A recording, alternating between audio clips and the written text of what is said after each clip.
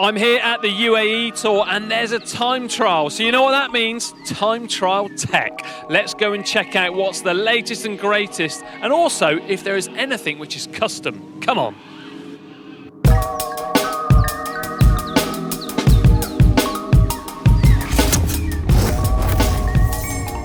Right, check out these pads or sponges underneath the armrests on this Bianchi belonging to Jumbo-Visma. I've never seen anything like this, well, certainly not for a long time. Back in the early developments of tri-bars in the early 90s, these sorts of things were not quite commonplace, but more likely to be seen then. That rider obviously likes to be in such an extreme position that this is the only solution for it. Fair play. Right, just having a snoop around inside of the CCC team's paddock because mechanics on lunch, and I've just come across a pair of wheels just branded up as Overachieve, which I did spot probably just over a year ago at the Tour Down Under on the bikes of Sunweb. And well, at first I thought, well, yeah, it's the same wheels, but it's a different team, so it wouldn't be. Anyway, either way, I thought initially that they were from Pro, but they're not, because Pro don't make a 4-spoke, they make 5 spokes as well as tri-spokes. And looking at it, it's got a camtail sort of profile to it, so it's going to get through the wind nice and easily. I do like as well the matte carbon finish on it and the checkered appearance to it. But I still don't know anything more about them, other than, well, they haven't got matching tyres. This one's got the Corsa Speed tubular, so slightly less tread on the front there. And then the rear one, well, it takes the same style pattern of carbon, but as you can see, on one side it's perfectly flat on the drive side. Non-drive side, it's got that lenticular shape, so kind of like a lentil bean cut in half, but the rim is ultra wide, and then it narrows down in slightly and then bulges out again. And what I really like about this is the fact that that hub shell is all in carbon there, and it's virtually nothing showing. On a lot of disc wheels you do see quite a lot of axle, but this one, yeah, I like the look of it. I wonder if they'll notice if I take it. This is the Pinarello Bolide TT bike belonging to Michał Kwiatkowski of Team Sky. Of course, Kwiatkowski himself was a former world road race champion, and he's pretty good against the clock too. Let's have a look then at some of the points on his bike that I think you're going to be impressed with. First up, we've got a Physique Tritone saddle. So it's a shorter saddle than normal, which is pretty common on TT bikes. And believe me, there are even riders now putting this sort of thing on their road bikes. Moving forward then, check out these handlebars. This is new actually for this season, because previously Michał and a lot of his teammates were actually using some custom 3D printed bits of kit. But the UCI, they've actually banned people from doing that. So instead, they're having to kind of make do with what the rest of us have to do with. But in doing so, they've still managed to customise his position really well. Just check out the angle of that top spacer in there. It's cut at about 45 degrees so that you can get his tri-bars just at the right point. What about then the shift buttons down here? These are trick. I've never seen anything quite like it. Well, I have, but I do get excited about all these bits of tech, because we've got the Di2 shift buttons, but they're like moulded out of carbon, the sort of thing that Rob Hales would make up in his shed. I love that. All right, what about the brake levers then? Check those out with those cutaway bits. Reminds me a bit of the olden days of Drillium on components. But these aren't Drillium.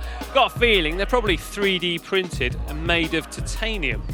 They're nice looking. Bit rough around the edges, but that's the sort of thing I like, to be perfectly honest. Now, there's no doubt about it, the squad of Team Sky, they'll have spent hundreds of hours in a wind tunnel optimising their position as well as the frame design when this bike was being developed. But what is, well, strikingly obvious straight away is the fact they're not using a time trial specific bottle cage that they could from team sponsor Elite. Instead, they're using a standard bottle cage in there. Makes me wonder if maybe it was slower to use one of those than it is a round one. Anyway, chainring size 5846, a 58 tooth chainring. I actually might have a look around the rest of the bikes to see if I can find the biggest chainring at the UAE Tour. What do you reckon? Right, final couple of bits now. Just check out this war wound here on the surface of the disc wheel. That's going to be when the rider is in the lowest sprocket and they're kicking out so many watts that the rear derailleur cage starts rubbing onto the side of the wheel. Wish I could do that. Now, strangely enough as well, probably the only bike here that doesn't have one, this bike doesn't have a replaceable derailleur hanger, because, just check it out down there. If you fall over and crash, well, you're lumbered, really. And final bit then on the dropouts, well, they're rearward facing, which isn't that unusual, but they do have little turn screws in there, which means you can actually align and adjust quite how far forward or back the wheel does sit in there. Kind of like what track sprinters use in order to get the perfect chain tension and make sure they can't pull the wheel across when the going gets tough. I'm here with the Colnago K1 of the Gazprom Rus Velo team, and check out how the Velon transmitter is held onto the seat post. It's using some colour-coded zip ties to match in with the Russian flag. If you're going to use zip ties, make sure they match. That's one thing you can take away today. Check out that Selle Italia Kronos saddle. That looks really futuristic, but in actual fact, well, it's aerodynamically shaped, isn't it, to try and get through the wind a bit better. And whilst we're on aerodynamics, check out where the Velon transmitter is mounted on the BMCs of Team Dimension Data, down there on the down tube. That's ideal, isn't it? Now, the TT bikes of Katusha Alpecin don't appear to have the new SRAM group set on them, but the Trek Segafredo team just down the pits here, they do. I've been told, though, they will be on their way, so in time for Tirreno Adriatico and other races like that. But, hey, they're still going to be rocking along on big old chainrings, 58s or 60s. Now, the team of Trek Segafredo, their wheel sponsor Bontrager, don't actually make a disc wheel or a tri-spoke or a four-spoke or anything like that, so check that out. It's actually a Pro tri-spoke there, although it's just got the logos blacked out. The team of Trek Segafredo, they're using a single ring on their Speed Concept bikes because this year they're sponsored by SRAM and the option is available. So they're using a 50-tooth ring on the front, and then the cassette is a 10 to 27. And well, they won't be using the 27 in this opening team time trial here, but I think that looks really nice, really clean. The only thing which could possibly be done to just tidy it up a little bit is just to remove that front derailleur mount, and all is going to be, well, even more aerodynamic, I guess. Just over my shoulder, the squad of Mitchelton Scott are just warming up for the team time trial, and as you can see, their rear wheel is one of the lightweight Autobahn disc wheels, one of the lightest disc wheels out there at just 780 grams, and they're pretty fragile. In fact, one of the mechanics did tell me on the way over here, unfortunately one of them was damaged with the aircraft, so that's, well, quite an expensive repair bill. Well, in fact, it's not even a repair bill because you can't replace the damage that was caused, but luckily they brought a couple of spares. This is the bike of Vergin Langan of UAE Team Emirates, and while he's a pretty tall rider, as you can see just by the height of the saddle. So he's 1m94, 1m95, which is about 6'4" in old money, so that's a pretty big guy. And obviously he's got a bit more wind to get through than the rest of the peloton because, well, the average height is probably around 5'10", let's say. So underneath his handlebars, or rather on top of the base bar and in between the actual extensions, he's got 80mm worth of spacers in there. Years ago, riders used to think getting as low as possible was going to be the best thing to do, but actually, as you start to creep up, riders have found they can release just as much power, if not more. So the interesting thing about these spacers too, I must just point out, is the fact the mechanic has been nice and handy with a Dremel and actually removed some of the centre sections in order to get the EPS wires in them to get them out of the wind a little bit. And then they've also got a 3D printed cover on top of the stem, which has got some little cutouts too, just to give those cables a nice bit of routing. On the end of the handlebars, we've got the grip tape, which is pretty much standard. You do see that on so many riders' handlebars, as well as down here on the base bar. Then, in between the actual handlebar extensions, we've got this base plate or mounting plate. I'm not sure what really to call it. Whether or not it stiffens up the affair, I don't know, but it does have threads in there, so you possibly could add a GPS mount. Although he's got one fitted on the front of the stem here, which, interestingly enough, there's also a little bit of black tape which just covers up the actual gap in between the lower section of the stem and the top section, just further aiding the airflow over it. These mechanics, they've really looked at aerodynamics, I reckon.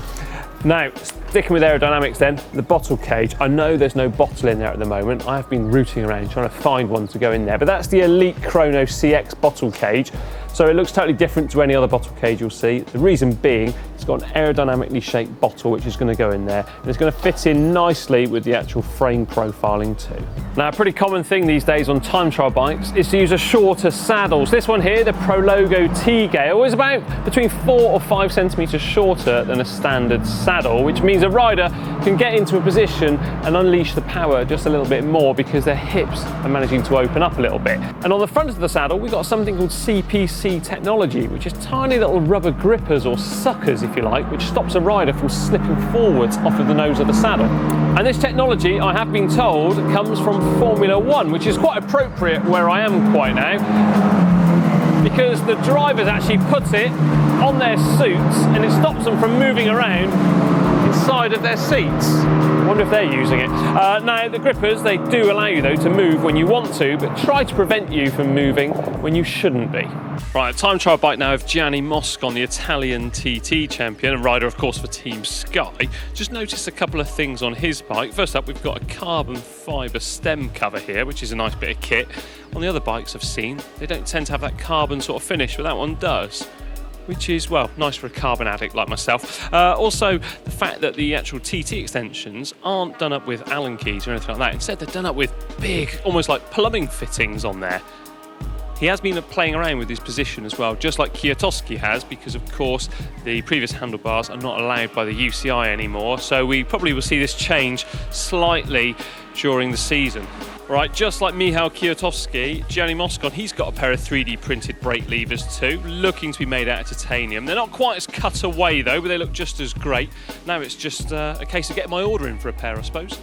Now, some of you out there may well remember the old Campagnolo water bottle on time trial bikes years gone by. They were either white or grey and they had a kind of a funny little handle almost to get them in and out of the cage. Well, these days Aerodynamics is slightly more advanced, hence the inclusion of things like this from Giant, this new water bottle and cage. As you can see, the cage really minimalistic and the actual bottle itself helps to follow the tubing profile to help the wind just flow over it a little bit easier, and it just simply clips in and out using a couple of handy little tabs on the bottle and cage respectively. Now, it would appear my latest obsession within cycling is aerodynamic water bottles, because I can't help but spot them on everybody's bikes here.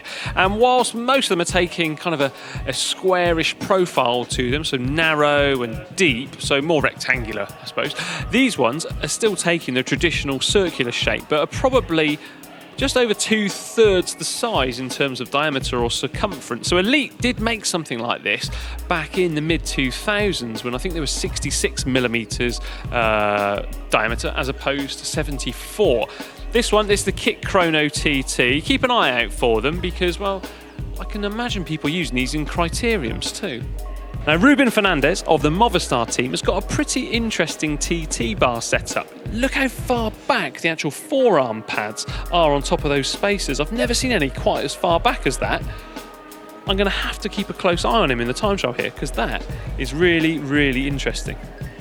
The squad of AG Desert Lomond AR for 2019 are sponsored by Eddy Merckx, but if we look on the car behind on the roof there, you can actually see there's only one Eddy Merckx time trial bike there because, well, it doesn't appear like they've actually got the full delivery yet of their bikes for 2019 because they appear to be using the old Factor time trial bikes from 2018. They're just covered up with some gaffer tape.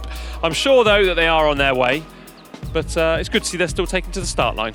There we are, some absolutely cracking bits of tech on the TT bikes. Let me know what your favourite bit of tech is down there in the comment section. Mine, well, it's got to be those aerodynamic water bottles. As ever, like and share this video with your friends, give it a big old thumbs up, and why not check out the GCN shop too at shop.globalcyclingnetwork.com. And now for another great video, how about clicking just down here? And for a bonus one, how about just down here?